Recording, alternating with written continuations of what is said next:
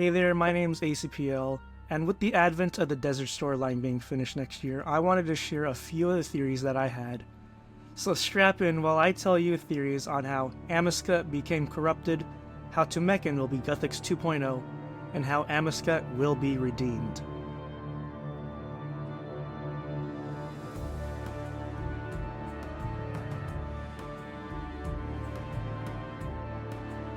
How Amascut became corrupted. During the Kharidian and Zerosian War, Ixalan and Amascut traveled to the world of Runescape, hoping to find a powerful force to turn the tide of war, to which they found the Majorat. They asked them to join them and help them in their war, which resulted in a fight breaking out between the Majorat. Some wanted to join them and some didn't, and this massive violent fight took place. Horrified of the violence, Amascut left and walked to a nearby volcano. Fast forward some time later and the war ends up going south. The Majorat have switched sides, the Zerosians are advancing forward, and eventually Tumeken sacrifices himself to end the war. All of these events culminated in Amascut becoming the devourer that we now know today. Now, the theory that I want to put forth on how Amascut became corrupted is because of none other than Zautok. This might seem like a crutch, like, ho, everything's Zautok, but I think there's a lot of reasoning as to why it makes sense that he's the reason Amascut became corrupted. Let's take a look at when Amascut was on Runescape. There was this massive violent argument between the Majorat, right? And this disturbed Amascut to the point where she walked away to a nearby volcano. There are probably hundreds of volcanoes on Runescape, but the main one that we know of is the Cradle, which is where the elder god Ma is. And what we know about Ma is that she's stillborn due to her egg being corrupted. It is heavily suggested that her egg was corrupted by Zautok, as the corruption found in her egg was similar to that of Blackstone, which is of course Zautok related. Another important thing to note is shadow breaches. Shadow breaches are these cracks in the fabric of reality in which Erebus lies beyond it. This is a phenomenon that is described as being one of the greatest threats to our universe, and we really only know two of these that has ever happened. One on Gielinor and one on Runescape. These two things are important because they show that Zautok influencing events on Runescape could very well happen. And I believe that is what happened here. That Amascut was influenced by Zautok in some way at the volcano, which led to her becoming the Devourer. Now, I also want to add that I don't think her corruption was straight off the bat like someone like the Ambassador. With the Ambassador, he was a dragonkin who was offered freedom and in turn, essentially became a preacher of Zautok. And the thing you have to understand about the people who interact with Zautok is that they really only either become devout like the Ambassador, or they go insane. And in the case of Amascut, I believe the latter happened, where she wasn't really enlightened, but rather instead went insane.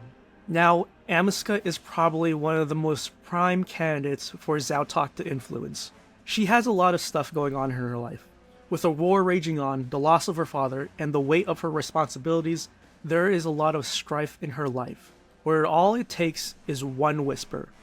One seed planted into her mind which would set her off in becoming the Devourer. And that is Zautok.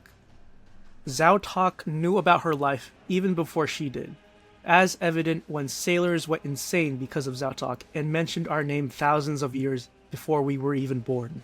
He knew what happened and what would happen, and capitalized on those events to influence Amascut.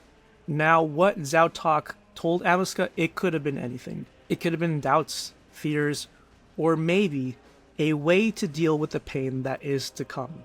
Because, Tumeken and Elidis, they might have been loving parents, but they weren't a perfect family. They endured war, loss, stress, strife, and the weight of the responsibilities which attributed to Amascut having her own personal trauma, which she may have associated with her family. Being in a broken home, kids will act out in any way that they can to deal with their emotional conflict. And in Amaskut's case, Zautok offered a solution, which was cut ties with your family to heal from your pain. Or in other words, devour countless souls, destroy everything, and kill your father. Good old Zautok. There's also another big part as to why Zautok would want Amascut specifically, and that is because of souls. Amascut originally being the goddess of rebirth, she has immense access to souls which could benefit Zautok. How it would benefit him specifically, I wouldn't know, but again, Zautok's whole deal is with the dead. He turns entire planets into seas of undead, and his name is chanted in necromancy rituals. So it wouldn't be a stretch to think that Zautok would benefit from Amascut consuming souls, you know what I'm saying? Now for the second theory, Tumeken will be Guthix 2.0. You might be wondering what I mean by this, and it's exactly how it sounds. Guthix was basically our guide and our mentor who gave us powers and entrusted us to protect the world.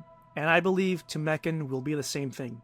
Tumeken will act as another guide for us and give us new powers which we will use to protect the world, this time from the shadow threat. Now this theory only works if Tumeken is still alive after the desert storyline is concluded.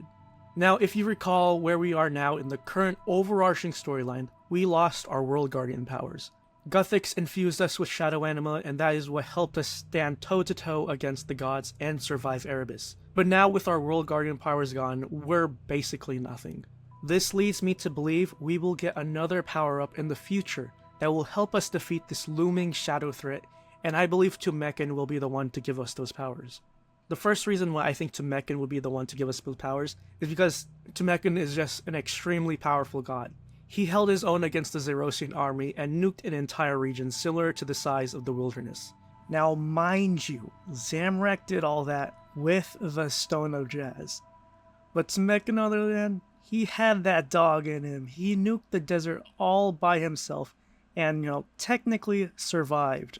If you could imagine, if he did do this with an Elder artifact, the desert would probably be under the ocean right now. The second reason is that he shares a lot of striking similarities with Guthix.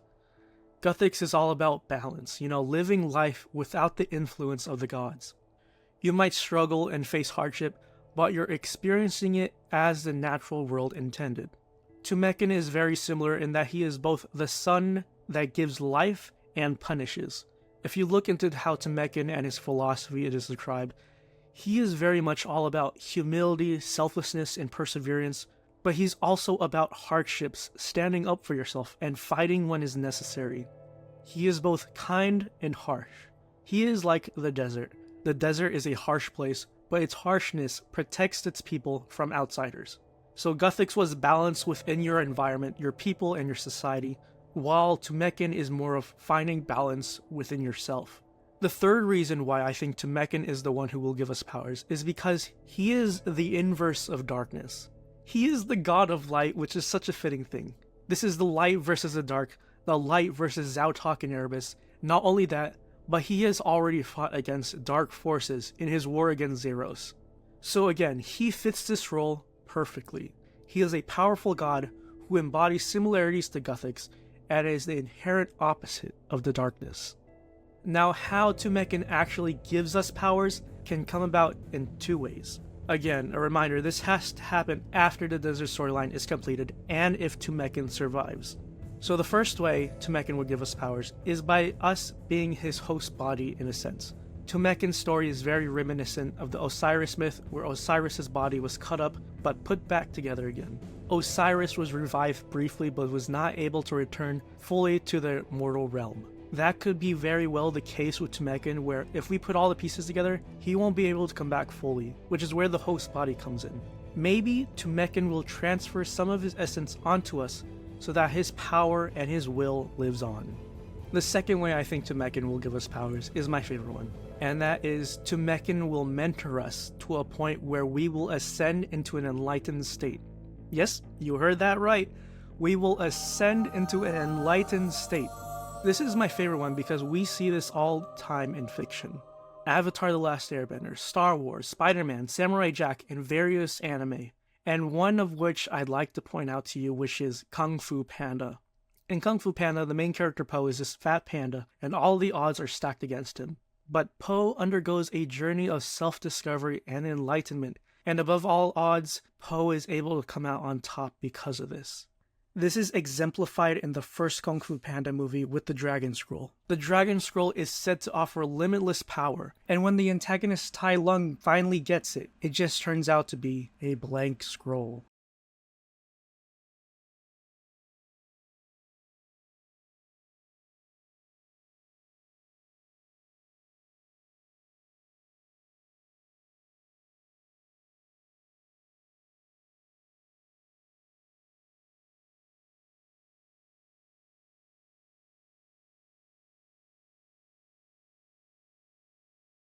However, Poe is able to understand the true meaning of the scroll, which is believing in yourself. Now, to tie this back into RuneScape, we can already see the player character going into this direction. Like Poe, we are a goofy meathead of a character who somehow always comes out on top because of our perseverance and the way we think.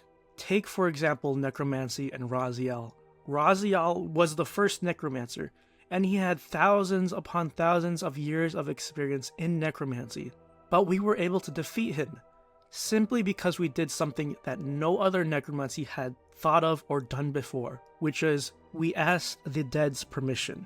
Instead of forcibly summoning the undead, we thought differently and decided to go another route, a positive route.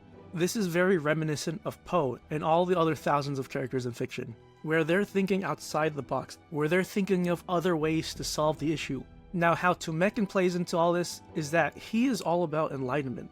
Even though he's a god, he went on this entire spiritual journey, which even resulted him in creating the desert pantheon, Tumeken, Krondus, Het, and Scabaris. Each of these gods represent a part of his enlightenment. Tumeken with friendship and social pleasures, Krondus with modesty and resourcefulness, Het with physical and mental health, and Scabaris with wisdom and isolation. Here are also some readings from 4 lore books which I feel are telling to Tumeken's philosophies. Tumeken and the Wind. In ancient times, before you or me, the great Tumeken got into an argument with the bitter wind itself. The two argued for a long time, and eventually decided to see who was stronger. The wind saw a lone, cloaked traveler on a long journey and decided to prove its power and strength by taking the traveler's cloak for itself.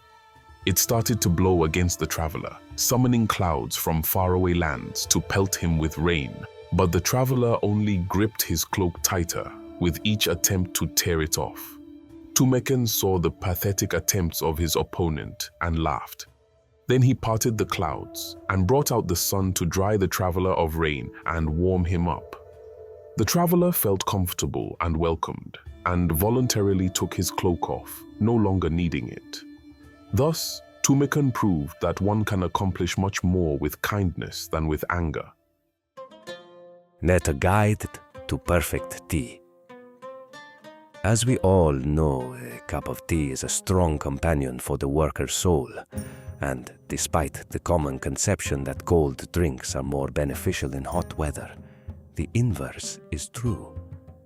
Helping to lower your body temperature with a cold drink may provide temporary relief, but this then causes the body to adjust to the hot temperature a second time, exacerbating the discomfort. Conversely, if you instead opt for hot drinks, you will find that you raise your body temperature, lessening the disparity between your body and the environment, and therefore directly reducing the discomfort of the weather. Now, for making the best cup of tea in Manafos, you require simply care and patience, for no art can be rushed. The best art comes from the soul, and the soul is not nurtured by petty human concepts such as time or responsibilities. The main thing you should always remember is that tea is a gift from Tumeken himself. Its soothing taste heals the soul, calms the spirit, and frees the mind. If you take the time and effort to nurture and perfect your tea making to suit your tastes, then enlightenment will follow. Architect's Journal. In the eyes of an outsider, it is sand. To us, it is our legacy. It is what we have defied. When you stand upon the great pyramids of Menepos and gaze across the Caridian dunes, you can't help but feel the magnificence of it all. For around us, the world has sunk to pestilence and pettiness. The blistering winds slowly reclaim each and every weary soul that wanders beyond our gates. Soon their names will be effaced and their cities no more. But not us, not Menepos. Our legacy will not rot in the tombs beneath the earth. Our legacy will grace the skies of Gielinor and beyond. The Great Pyramids are a testament to all that we are. Brick by brick, we climb higher, far beyond the sandy stranglehold of the desert of mankind. And we will not stop, not until we stare down at the very heavens themselves. For we and we alone are the golden city. We are glory, beauty, and perfection. We are Menethus. To err is divine. What can change the nature of a god? Such is an example of critical thinking and, when raised for consideration, can seem innocent by itself, but given the right context, can spur a movement powerful enough to topple even the mightiest of empires. Therein lies the reason why the common man is dissuaded from thinking for themselves. Take, for example, the origin of the Chaos God. Once a mortal, Zamorak strove to challenge his master for reasons unknown until now. The empty lord was as empty as his title. Zamorak knew this, and so sought to bring about change. Betrayal was his answer to the question. Yet even a newborn god can be proven wrong. In the aftermath of his treachery, the chaotic ideology Zamorak and his clergy preached rang as false as the promises of his former master. It had become but another means of control. Saradomin's pretentious dogma was no better, nor was Armadil's screeching a suitable alternative in the years that followed, for no matter how attractive your restraints, a chain is still a chain. Reflecting on the God Wars, it should not be a question of how it came to pass, but an instance of the wrong question being asked. Nothing can change the nature of a god, but what can change the nature of a man? Belief. So from all that we've seen, Tumeken is a person of great enlightenment, and one that we could benefit to learn from. The last sentence from "To err is divine" I think exemplifies his wisdom. Nothing can change the nature of a god, but what can change the nature of a man? Belief. Likewise, in the other stories, they showed thinking differently, thinking within yourself and perseverance. Having faith in ourselves, overcoming struggle, and honing the indomitable human spirit is how we will triumph over the shadow threat. And it will be thanks to Tumeken mentoring us in our spiritual journey and enlightenment. I also wanted to add that Elidis could also play a role in our spiritual journey, given her themes of growth and fertility. Perhaps she will act as a secondary guide. Maybe she will support us along the way, watching us and fostering our growth to where we can protect the universe from the looming shadow threat. The third theory I wanted to share with you is that Amascut will be redeemed. If we are to go off the Osiris myth, there are some variations as to what happens, but I'm going to keep it brief. One thing that comes up is everyone becoming whole again. In the case of the desert storyline, that means for both Tumeken and Amascut. Tumeken, of course, we're going to be putting together, and he's going to be put together physically. And Amascut, in her case, she's going to be whole again mentally. And this ties into the theme of rebirth, which is what Amascut was meant for. Amascut will be rebirthed to where she's normal again. Now this also ties into Zautok, because if it's true that Amascut was corrupted by Zautok, and we are able to save and redeem her, we might be able to learn more about how we go about defeating Zautok. So to recap, these were my theories relating to the desert storyline. Number 1, Amascut was corrupted by Zautok. Number 2, Tumeken will give us powers and mentor us to an enlightened state. And number 3, Amascut will be redeemed. So let me know what your thoughts, what you liked, what you disliked, and if you have any ideas or theories of your own. I'd love to hear them. I'm very excited we are finally returning to the desert, and I think it's such an important part to the overarching RuneScape storyline as a whole. And I can't wait to see what Jagex cooks up. Anyways, my name's ACPL, and I'll be catching you guys in the next video. Peace.